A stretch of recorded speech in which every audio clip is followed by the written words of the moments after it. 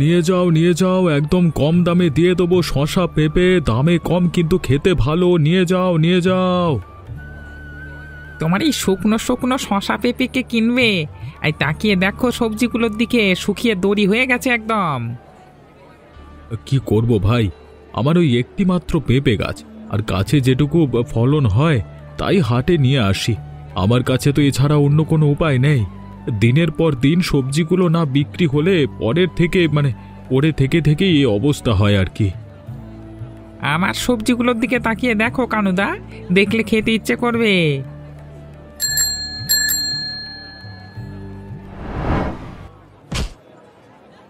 বাবু, নেবেন নাকি শশার পেঁপেগুলো? নিন না, একদম দামে দিয়ে দেবো, কম দামে। কম দামে কি বলছিস? বিনা পয়সায় দিলেও তোর এই শশার পেঁপে আমি নেব না। নিজে তাকিয়ে দেখ, যেমন তোর চেহারা তেমনই তোর সবজিগুলোরও চেহারা। এইসব সবজি নিলে গ্রামে আর আমার মান সম্মান থাকবে না। বাবু ওর কথা ছাড়ুন তো, আপনি আমার সবজিগুলো দেখুন। হ্যাঁ, যা যা লাগবে সব নিয়ে নিন, কম দামে দিয়ে দেবো। বেশ ডাঁসা ডাঁসা তো সবজি দেখছি। তা বাবু, ঢ্যাঁড়স কত করে? নরম হবে তো? গিন্নি ঢ্যাঁড়স সর্ষে করবে বলেছিল কদিন ধরে, নিতাম কিলো খানেক। নিন না বাবু, একদম কচি কচি ঢেঁড়স। দেখুন আরও অনেক সবজি আছে, একদম তরতাজা লাউ আছে, মানে লকলকে পুঁই গাছ আছে, সাথে আরও আছে গাজর পেঁয়াজ কলি, মানে শীতের আরও হরেক রকমের তরতাজা সবজি আর কি। মানে দেখছি, দাঁড়াও, আমার হাত দিয়ে দেখতে দাও সবজিগুলো। দেখুন না, কে মানা করেছে? আপনার যা ইচ্ছে, যতটা ইচ্ছে হয় ততটা নিন, অসুবিধা নেই। আর গাজরগুলো হাতে নিয়ে দেখুন বাবু, এইমাত্র মাঠ থেকে তোলা হয়েছে। সবকিছুই দেখলাম, মোটামুটি ঠিক আছে। সব সবজি মিলিয়ে মিশিয়ে 1 কিলো করে দিয়ে দাও দেখি। এই নিন। গাছের ভ্যানটাতে তুলে দাও, বাড়িতে দিয়ে আসবে। তোমার সর্বমোট কত হলো বলো দেখি। সব হয়েছে সব মিলিয়ে 220 টাকা। টাকাটা নাও আর ভ্যানে তুলে দাও। আমি মাছ বাজারের দিকে যাচ্ছি। হ্যাঁ বাবু, সব মাল তুলে দিয়েছি।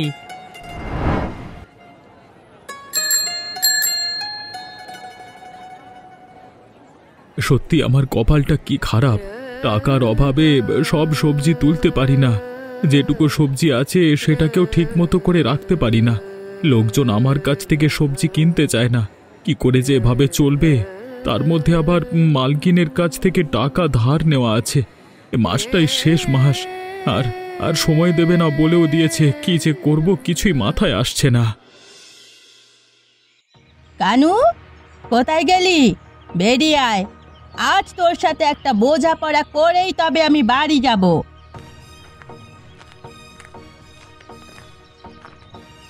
ও মালকিনা, আপনি আসুন, ভেতরে আসুন। আমি ভেতরে বসতে আসিনি, এসেছি কানুকে ধরতে। কি হয়েছে মালকিন? কোনো গন্ডগোল হয়েছে কি? গন্ডগোল বলে গন্ডগোল? এ তো বেজায় গন্ডগোল।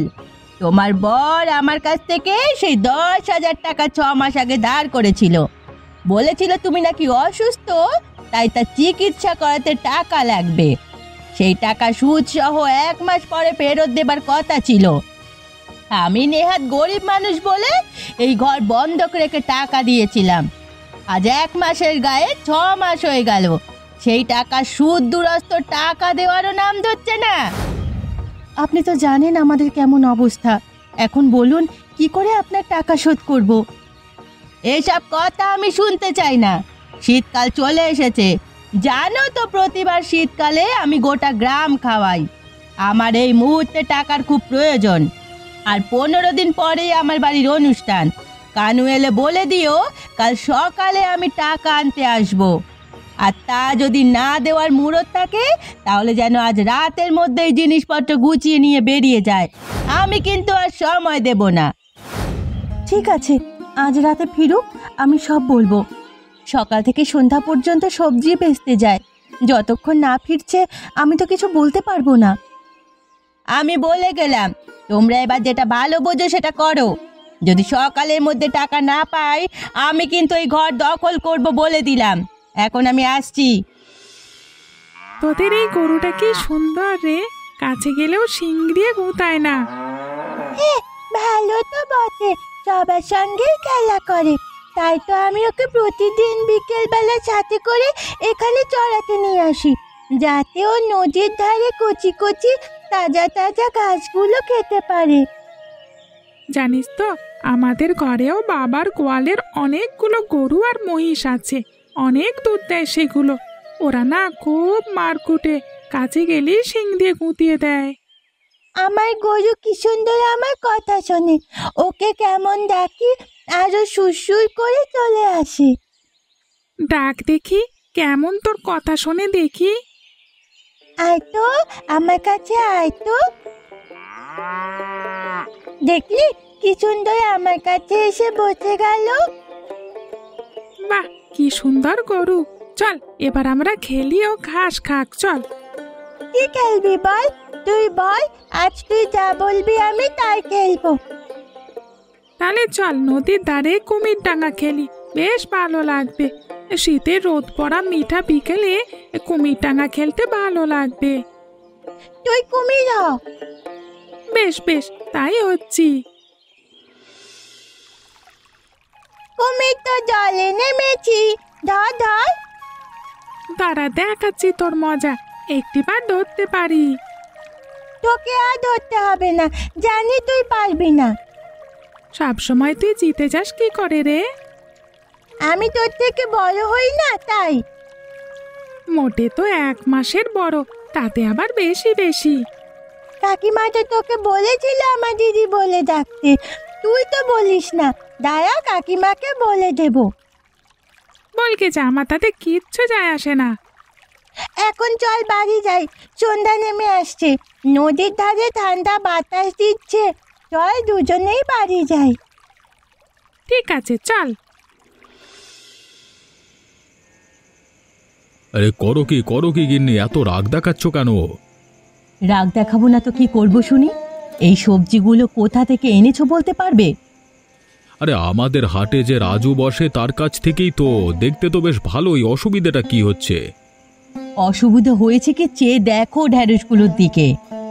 কিন্তু কি অসুবিধা হয়েছে দেখি, আমার হাতে দাও দেখি। শিমগুলো দেখো ভালো করে, তবেই তো বুঝতে পারবে। এ বাবা, এ তো দেখছি সবজি পোকাতে ভর্তি। কিন্তু বাইরে থেকে দেখে তো বোঝবার কোনো জোর ছিল না। কি অবস্থা, কিভাবে লোক ঠকানো শুরু করেছে এর বাবা। শুধু কি তাই, এই দেখো এক বেলা রঙিন জল। এটা আবার কোত্থেকে বের হলো?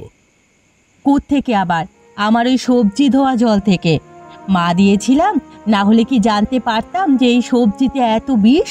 খেলেই তো নানা রকম অসুখ বিসুখ হবে। বাচ্চা কাচ্চা নিয়ে ঘর করি, একটু দেখে শুনে তো বাজার থেকে জিনিসপত্র আনবে। আমি দেখে শুনিয়ে এনেছি গিন্নি। একমাত্র ওই বেটা রাজুর কাছেই সব টাটকা তরতাজা সবজি থাকে। তাই তো আমি বাজারে গিয়ে ওর কাছ থেকে সব মালপত্র নিলাম। দেখলাম হরেক রকমের এই পচড়া দিয়ে সাজিয়ে বসেছে। দাম তুলনামূলক অনেক কম বলল। ভাবলাম এখান থেকেই নেই। আমি বুঝবো বেটা আজকে জোর চুরি করে লোক ঠকাচ্ছে, কি করে বুঝবো? তুমি এখন বলো, এই সন্ধেবেলা আমি এখন কোথা থেকে সবজি পাবো? রাতে তো গায়ের হাটও বন্ধ থাকে, আর সব সবজি যেভাবে পোকা বেরিয়েছে, আমাদের এত বড় সংসারে কোনো মতেই রান্না হবে না। এখন তাহলে ওই সবজি আনতে সদরে যেতে হবে।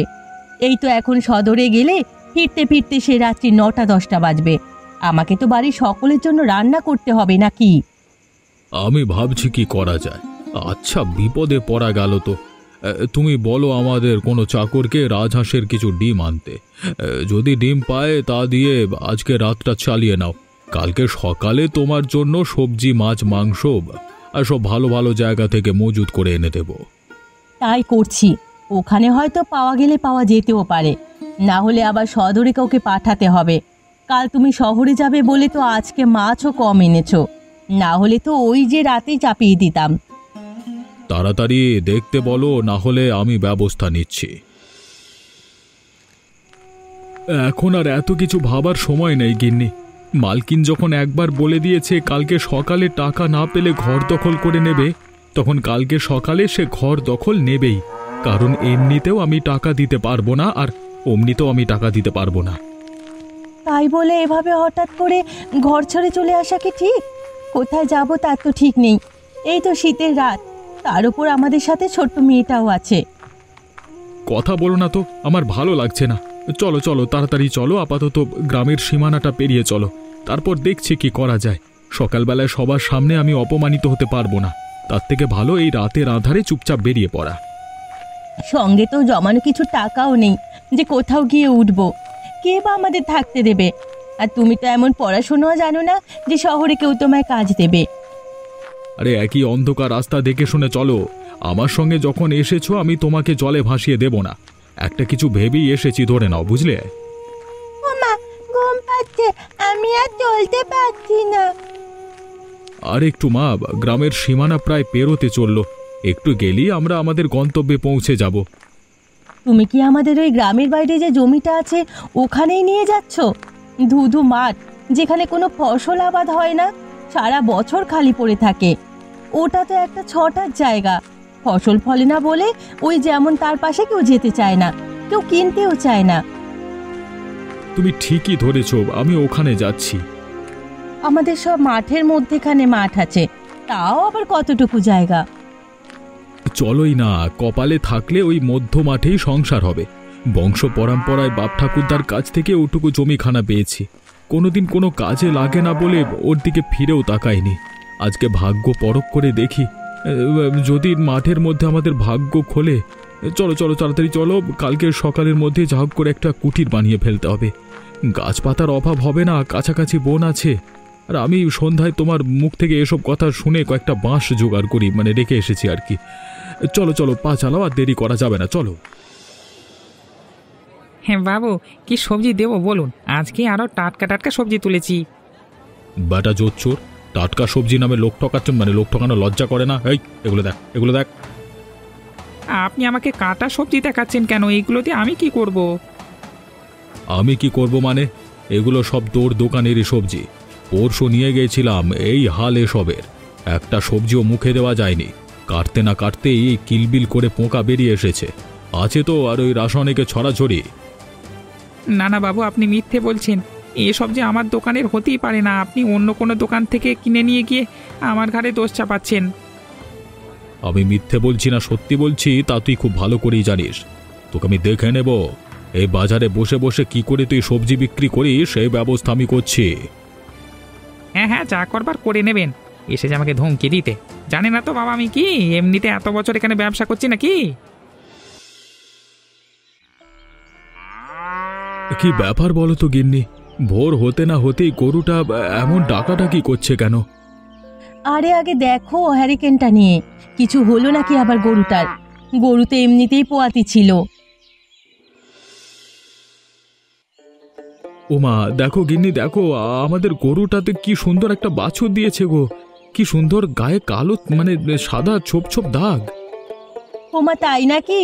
দেখি দেখি, যাক এবার তো একটু দুধও পাওয়া যাবে। ওমা, তুমি এখানে কি করছো গোয়াল ঘরে? দেখ দেখ, কি সুন্দর একটা বাছুর হয়েছে আমাদের গরুর। ওমা কি সুন্দর দেখতে, এর নাম দিলাম আমি সুন্দরী।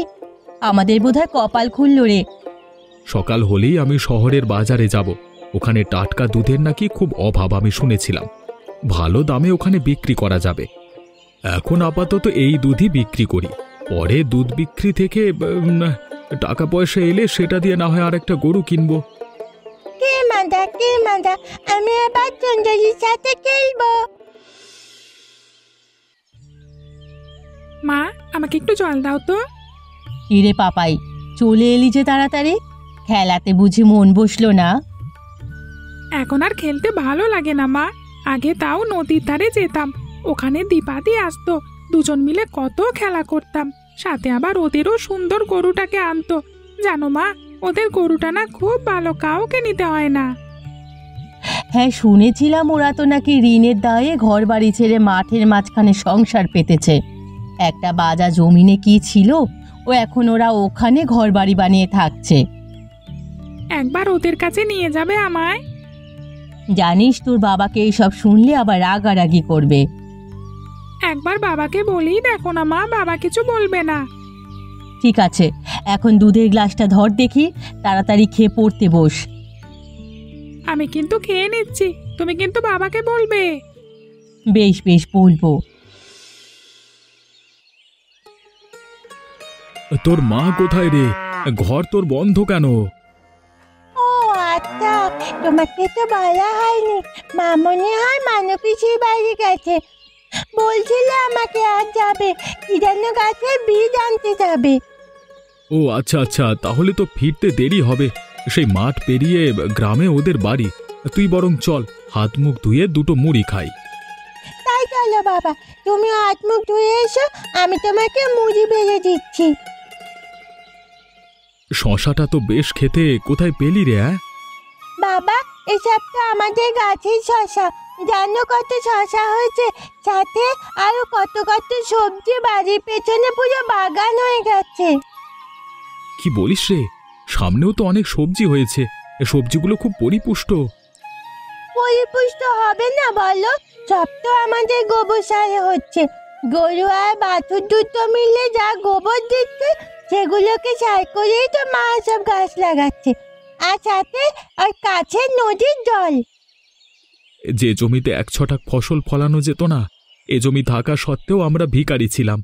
এই মাঝ মাঠে তো কেউ আসতোই না, এই মাঝ মাঠেই তোর মা একদম বাগান করে ছেড়েছে দেখছি। মা তো একথাও বলেছিল, তুমি যদি অনুমতি দাও তাহলে মা কাল থেকে হাটে গিয়ে সবজিগুলো বিক্রি করে আসবে। কারণ অনেক সবজি পড়ে পড়ে নষ্ট হচ্ছে, আমরা আর কত খাবো বলো? তুমি দুধ বিক্রি করতে যেতে, আর মা আর আমি না হয় হাটে গিয়ে সবজি বিক্রি করে আসতাম। কে মানা করেছে? নিজের বাড়ির জিনিস হাটে বিক্রি করতে চাইছিস? আরও তো চুরি করে নিয়ে যাসনি। কাল থেকে না হয় তোর মাকে বলিস হাটে যেতে। বেশ বেশ, তুমি এখন মুড়ি কটা খেয়ে নাও। নিয়ে যাও, একদম টাটকা টাটকা সবজি কম দামে নিয়ে যাও।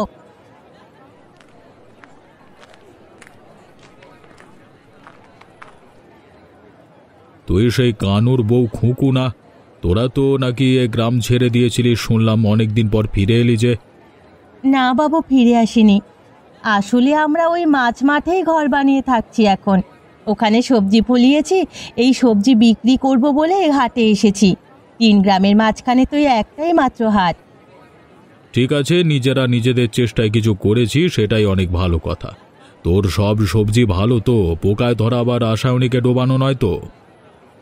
না না বাবু, এগুলো সব আমার বাড়ির গাছের, আমার নিজের হাতে তৈরি জৈব সার দিয়ে করা, কোনো ভেজাল পাবেন না। আপনি হাতে নিয়েই দেখুন। কিছু না মনে করলে আমি ঢ্যাঁড়সটা একটু ভেঙে দেখব। অবশ্যই ভেঙে দেখুন, পরখ করে নিন। আমি আপনার সঙ্গে লোক ঠকানো ব্যবসা করব না বাবু। ঢ্যাঁড়সটা তো ভালোই দেখলাম, বেশ তরতাজাও দেখলাম। তুই আমাকে ঢ্যাঁড়স 1 কিলো, বরবটি 500, সাথে শিম 500 দিয়ে দে দেখি। এই নিন, আপনার সব কিছু প্যাকেট করে দিয়েছি। কত হলো রে সব মিলিয়ে? মাত্র 55 টাকা বাবু, একদম শীতের টাটকা সবজি। ভালো লাগলে আবার আসবেন, আমি রোজ সকালে এই হাটেই বসবো। এত সস্তা তো! আমি যদি ভালো সব জিনিস পাই নিশ্চয়ই আসবো। আচ্ছা, তোরই তো মেয়ের নাম দীপা, তাই না? কেন, কিছু হয়েছে? আমার মেয়ের নাম দীপা? আরে না না, কিছু হয়নি। আসলে আমার ছেলেটা তোর মেয়ের সঙ্গে খেলতো, চলে যাওয়ার পর খুব কষ্ট পেয়েছে। একবার নিয়ে আসিস, তোর মেয়েটাকে নিয়ে আসিস কেমন? একদিন না হয় আমাদের সঙ্গে আনবো, যাওয়ার বেলায় আপনার ছেলের সঙ্গে দেখা করিয়ে নিয়ে যাব। ঠিক আছে, আমি এখন চলি বুঝলি। আরো ভালো ভালো সবজি আনিস।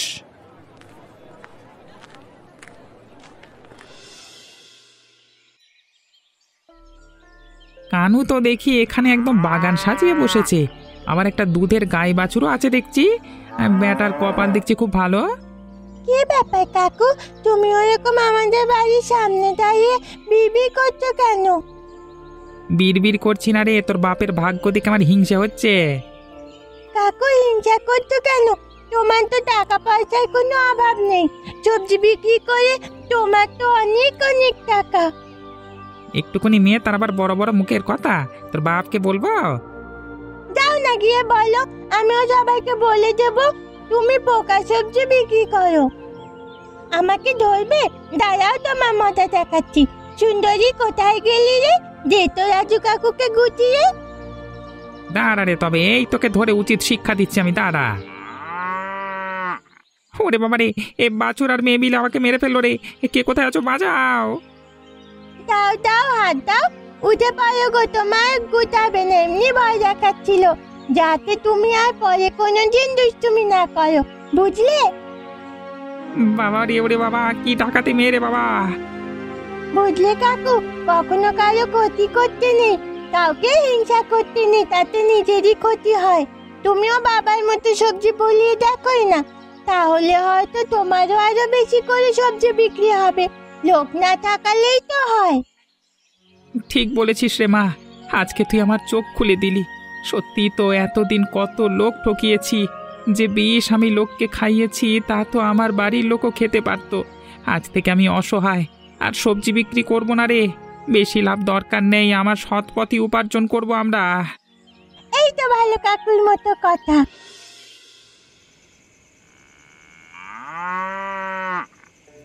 এই 1 মাসের মধ্যেই আমাদের প্রায় দুজনের মিলে লাভ হয়েছে 10,000 টাকা, বুঝতে পারছো? সত্যি সত্যি, বিয়ে হওয়ার তো কখনো এই সংসারে এত টাকা আমি চোখে দেখিনি। শহরে আমাদের দুধের চাহিদা খুব বেশি, জানো তো, কারণ আমরা তো অন্যদের মতো দুধে জল মেশাই না। আমারও কি সবজির খরিদ্দার কম নাকি? জানো তো, মোড়ল মশাই আজকাল আমার থেকেই সবজি নেন। তাই নাকি? হ্যাঁ গো হ্যাঁ, উনি তো এও বলেছেন ওনার বাড়িতে এরপর কোনো বড় অনুষ্ঠান হলে আমাকে এই সবজির অর্ডার দেবেন। পারবে তুমি অত সবজি যোগান দিতে? পারবো না মানে বেশ পারবো। আমাদের পেছনে আর যেটুকু জমি আছে ওটাতে আমি অনেক অনেক সবজি লাগাবো। মানুর কাছ থেকে আমি সারা বছর সব রকম সবজি লাগানোর পদ্ধতি জেনে এসেছি। যদি দেখি সবজি বেশি চাহিদা, তাহলে মানুর বাগান থেকে সবজি কিনবো। ও খুব ভালো সবজি চাষ করে, কম দামে মানুষকে বিক্রি করে, পাইকারি তুলে হাটে বিক্রি করব। তোমার মাথায় তো খুব বুদ্ধি।